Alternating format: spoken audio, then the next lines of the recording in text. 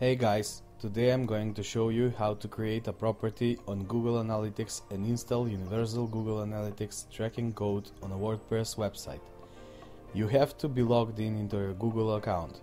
Search Google for Analytics Google and open the result that has the analytics.google.com URL in it. If you previously haven't used your Google Analytics account, you will have a Get Started button. First, create a Google Analytics account by giving it a name and leaving all the other options enabled. Now create a property. First, you have to give a name to the property, choose your reporting time zone to get your results in the right time, and choose the currency. Click on the Show Advanced Options text button. Now enable the Universal Analytics section and write your domain name in the website URL field.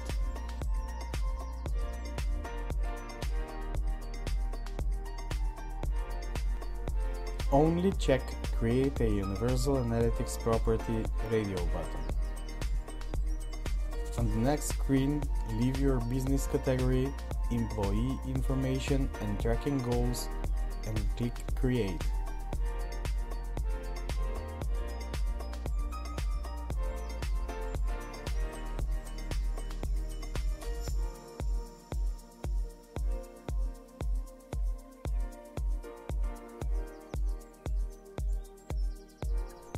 Here you have to accept the Google terms and conditions for your country.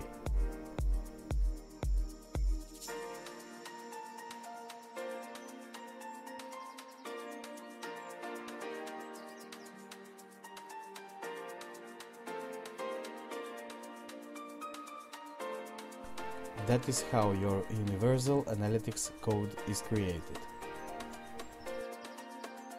Now let's import the code on your website by the first option, using the global site tag provided by Google that has to be installed on every page of our website. That means in the header.php file of our WordPress theme.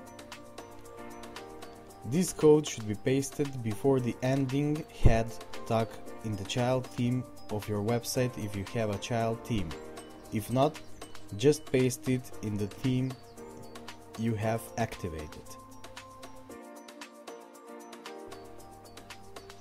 Now let's do the testing on Google Analytics Home. Open any page of your website and check the results.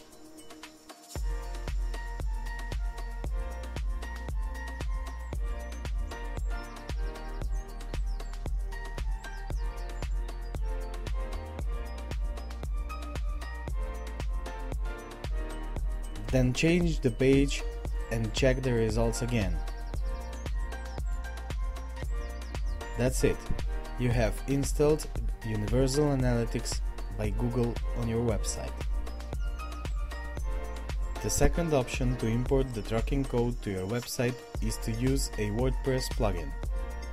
That is not the recommended option since WordPress websites should use as few plugins as possible to be safe and healthy. I am using GA Google Analytics plugin.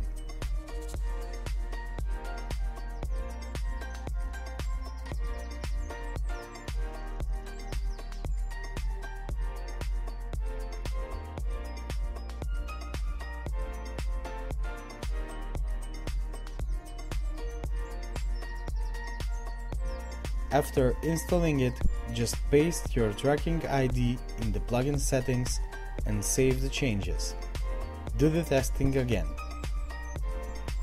If you found this video useful, hit the like button and subscribe for more.